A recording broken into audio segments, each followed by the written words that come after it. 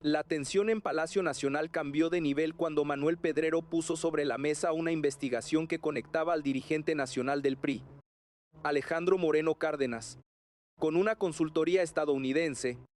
El dato central no era solamente el monto, unos $10,000 mensuales.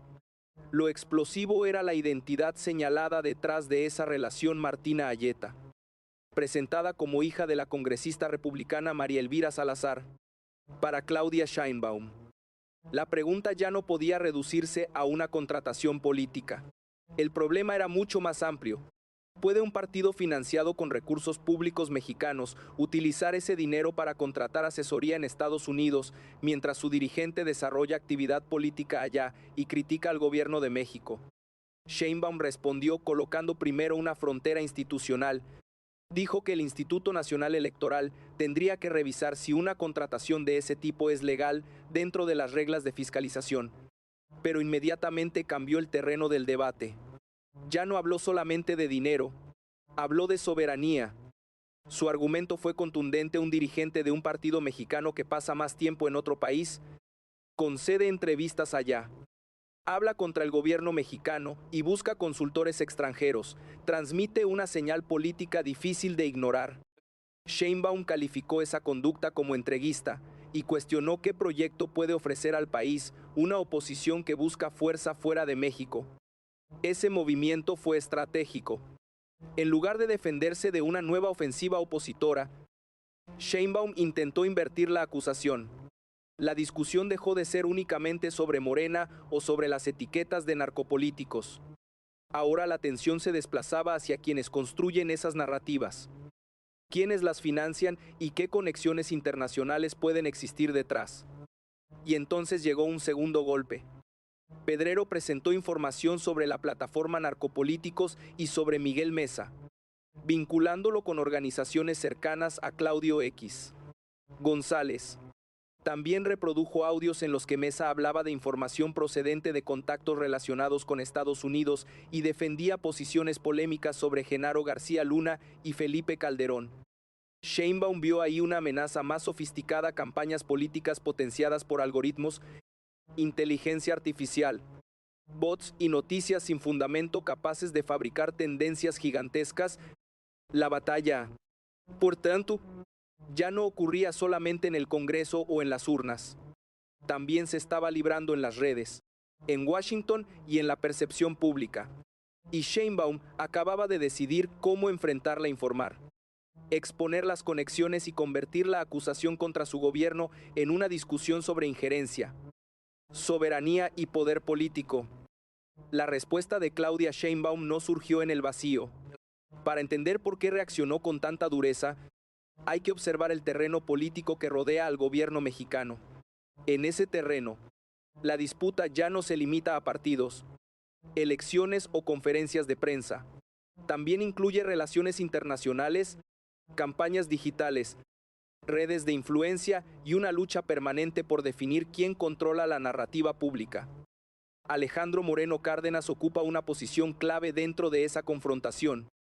Como dirigente nacional del PRI y senador, se ha convertido en uno de los críticos más visibles del oficialismo.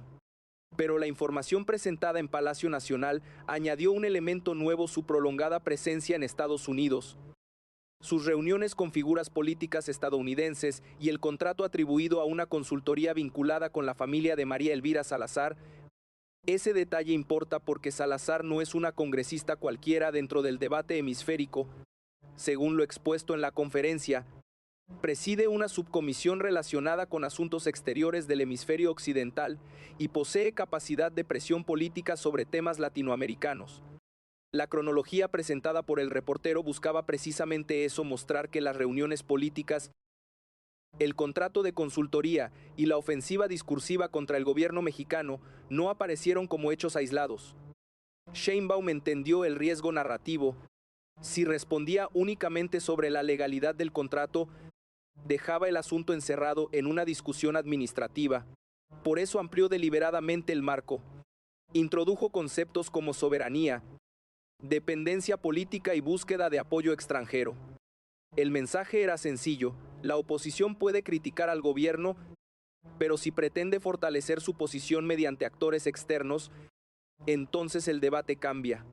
Esa diferencia es fundamental para la estrategia presidencial. Sheinbaum intenta colocar dos modelos frente al público. De un lado, su gobierno, presentado como cercano al pueblo, defensor de la soberanía y de la continuidad del proyecto de transformación. Del otro, una oposición descrita como debilitada internamente y cada vez más inclinada a buscar legitimidad fuera del país. Pero el conflicto no termina ahí. La segunda investigación mencionada durante la conferencia llevó la discusión hacia un terreno todavía más sensible. Miguel Mesa, identificado como fundador de la plataforma Narcopolíticos, fue presentado como una figura vinculada con organizaciones cercanas a Claudio X González y con antecedentes de participación en litigios y campañas contra proyectos del anterior gobierno.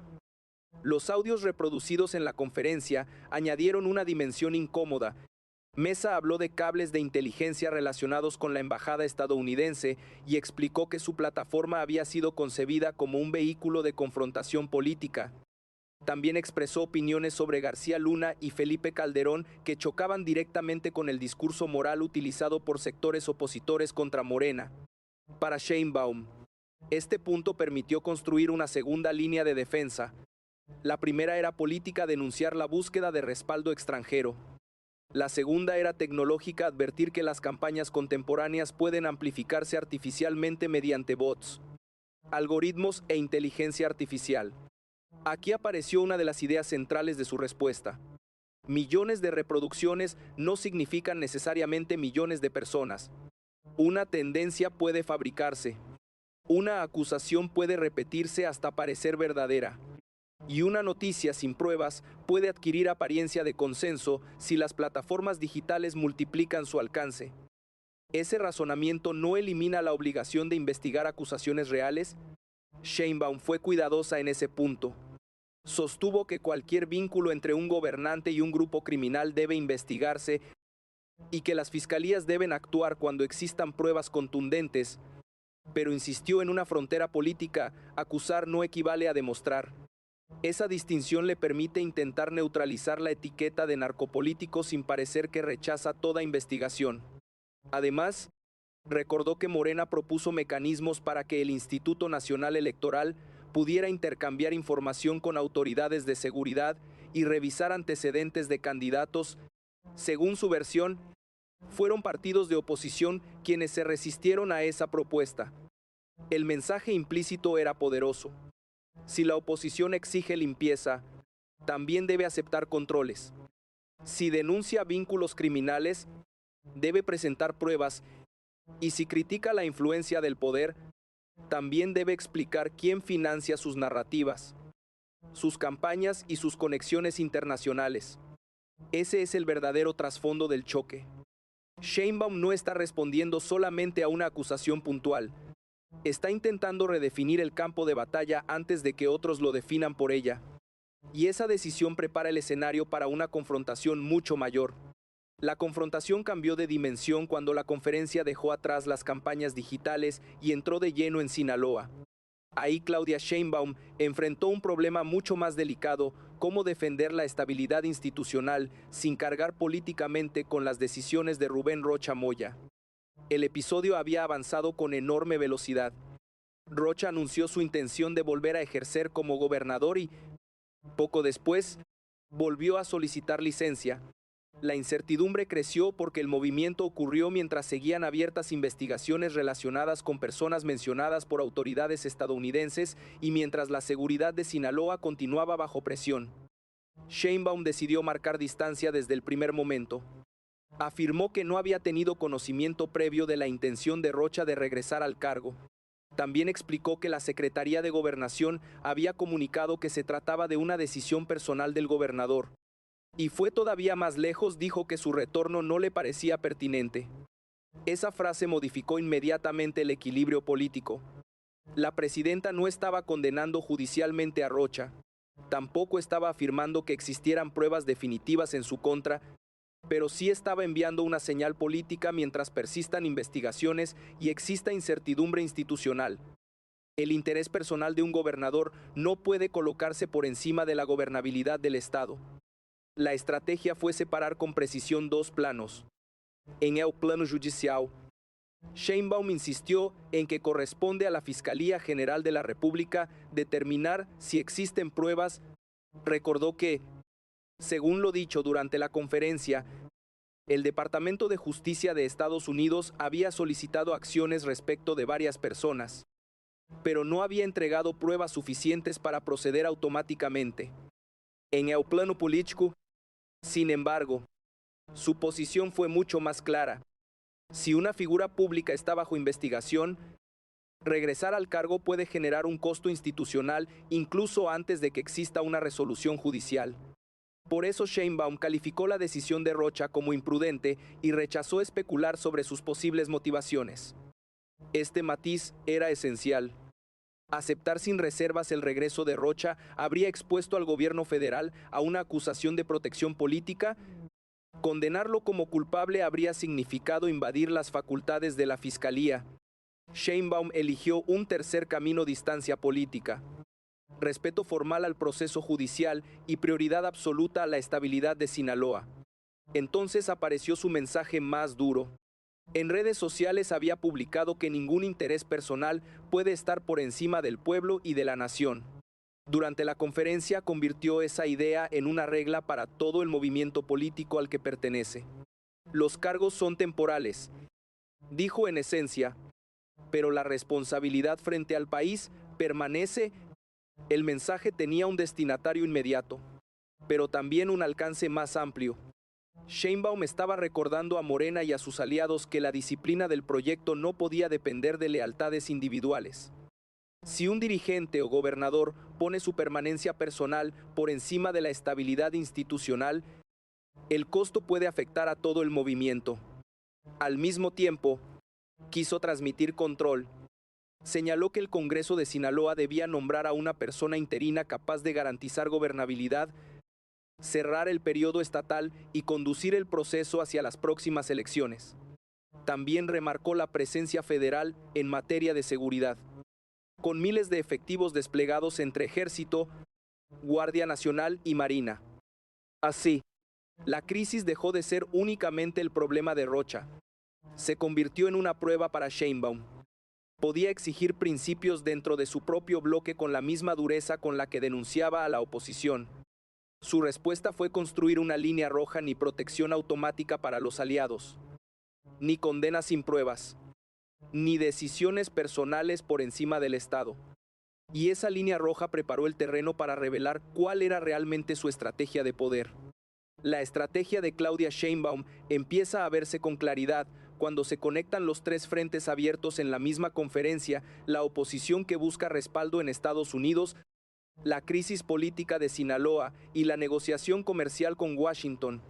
A primera vista, parecen asuntos distintos, pero Sheinbaum los está tratando bajo una misma lógica: soberanía hacia afuera, disciplina hacia adentro y pragmatismo en la negociación. El primer movimiento consiste en impedir que la política exterior se convierta en una herramienta de presión interna. Por eso su crítica contra Alejandro Moreno no se quedó en el contrato de consultoría. La presidenta quiso instalar una idea más profunda: ningún partido mexicano debería depender de actores extranjeros para construir legitimidad dentro del país. Con esa narrativa, Sheinbaum intenta convertir una posible ofensiva internacional contra su gobierno en un problema para sus adversarios. Si ellos acuden a Washington, deben explicar por qué. Si contratan consultores estadounidenses, deben explicar con qué recursos. Y si desde fuera aparecen campañas que buscan desacreditar al gobierno mexicano, entonces también debe investigarse quién las impulsa y qué intereses existen detrás. El segundo movimiento es todavía más importante: aplicar el discurso de los principios también dentro de su propio bloque. Ahí entra Rubén Rocha Moya. Sheinbaum sabe que denunciar la injerencia extranjera pierde fuerza si, al mismo tiempo, parece proteger automáticamente a un gobernador aliado bajo investigación. Por eso decidió separar lealtad política de responsabilidad institucional. No declaró culpable a Rocha, pero tampoco lo defendió políticamente. Insistió en que la Fiscalía debe investigar y que, si existen pruebas, debe proceder. Al mismo tiempo, consideró imprudente su regreso al cargo y sostuvo que ningún interés personal puede estar por encima del pueblo. Ese mensaje cumple una función estratégica. Sheinbaum está intentando construir autoridad no solamente frente a la oposición, sino también frente a Morena y a quienes forman parte del movimiento de transformación. El principio es simple: pertenecer al proyecto no garantiza inmunidad política. Eso fortalece su posición presidencial porque reduce la posibilidad de que sus adversarios presenten cualquier investigación contra un aliado como una prueba automática de encubrimiento desde Palacio Nacional. Pero existe un tercer frente donde la estrategia cambia de tono. Estados Unidos también es el principal socio comercial de México, y ahí Sheinbaum no puede actuar únicamente con confrontación. Mientras criticaba posibles formas de injerencia política, explicó que Marcelo Ebrard se encontraba en Estados Unidos trabajando en las negociaciones comerciales. México sigue enfrentando aranceles del 50% sobre aluminio y acero y del 25% sobre vehículos, además de otros gravámenes sobre productos fuera del tratado comercial. La presidenta dijo ser optimista sobre la posibilidad de alcanzar un acuerdo. Ese contraste es revelador. Sheinbaum puede acusar a dirigentes opositores de buscar respaldo extranjero y, al mismo tiempo, negociar directamente con Washington para proteger exportaciones mexicanas.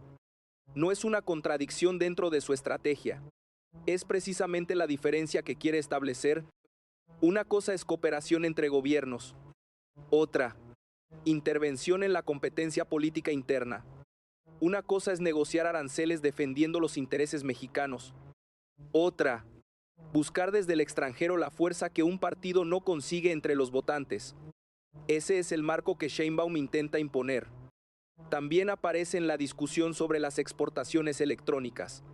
Estados Unidos ha planteado preocupaciones sobre una posible triangulación de productos que ingresan por México para aprovechar ventajas comerciales. Sheinbaum respondió que tampoco es interés mexicano convertirse únicamente en una plataforma de paso sin valor agregado. La señal es pragmática.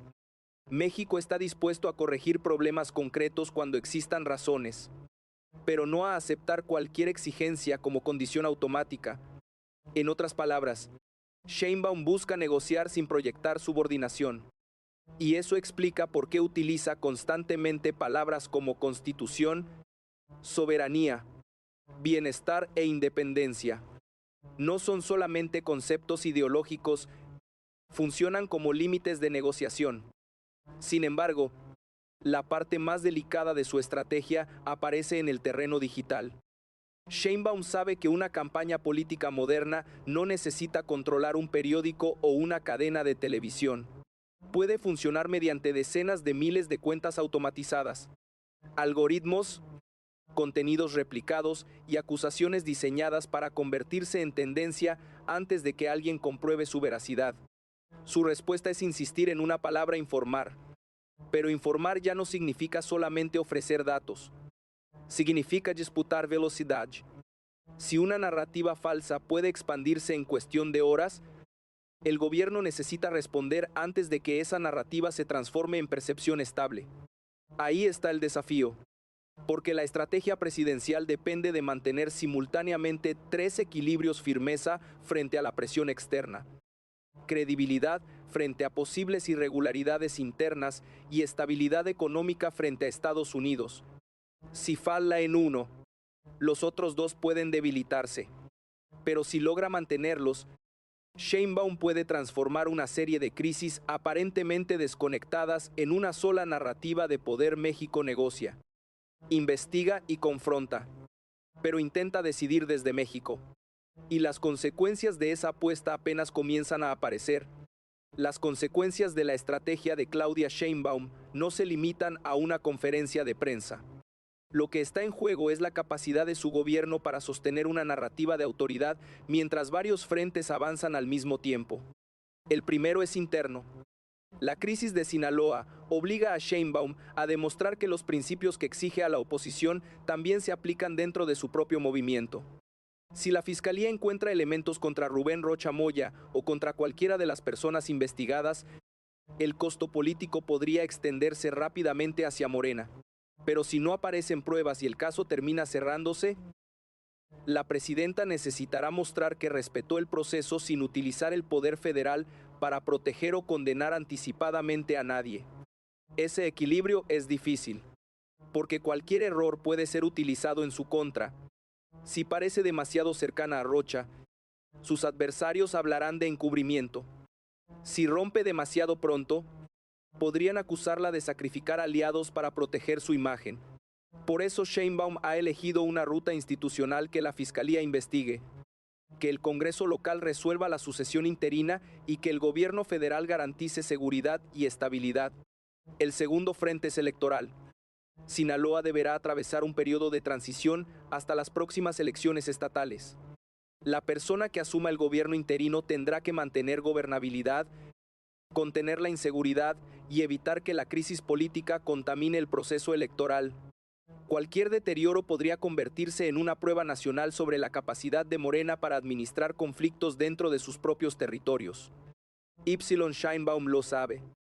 Por eso su frase sobre poner al pueblo por encima de los intereses personales funciona también como advertencia preventiva, no solamente para Sinaloa, sino para gobernadores, legisladores y aspirantes de su movimiento. El tercer frente es la batalla de información. Si las plataformas digitales pueden amplificar acusaciones mediante bots, inteligencia artificial y campañas coordinadas, el gobierno entra en una competencia donde la velocidad puede ser tan importante como la verdad. Una acusación falsa repetida millones de veces puede producir daño político incluso después de ser desmentida. Pero aquí existe un riesgo adicional. Combatir campañas falsas no puede convertirse en una excusa para descalificar cualquier crítica. Sheinbaum necesita mantener esa frontera. De un lado, exigir pruebas cuando se acusa a funcionarios de vínculos criminales. Del otro, aceptar que periodistas, opositores y ciudadanos pueden investigar y cuestionar al gobierno. Si esa distinción desaparece, la defensa de la soberanía podría ser presentada por sus adversarios como intento de controlar la conversación pública. El cuarto frente es internacional. La relación con Estados Unidos será probablemente el examen más complejo.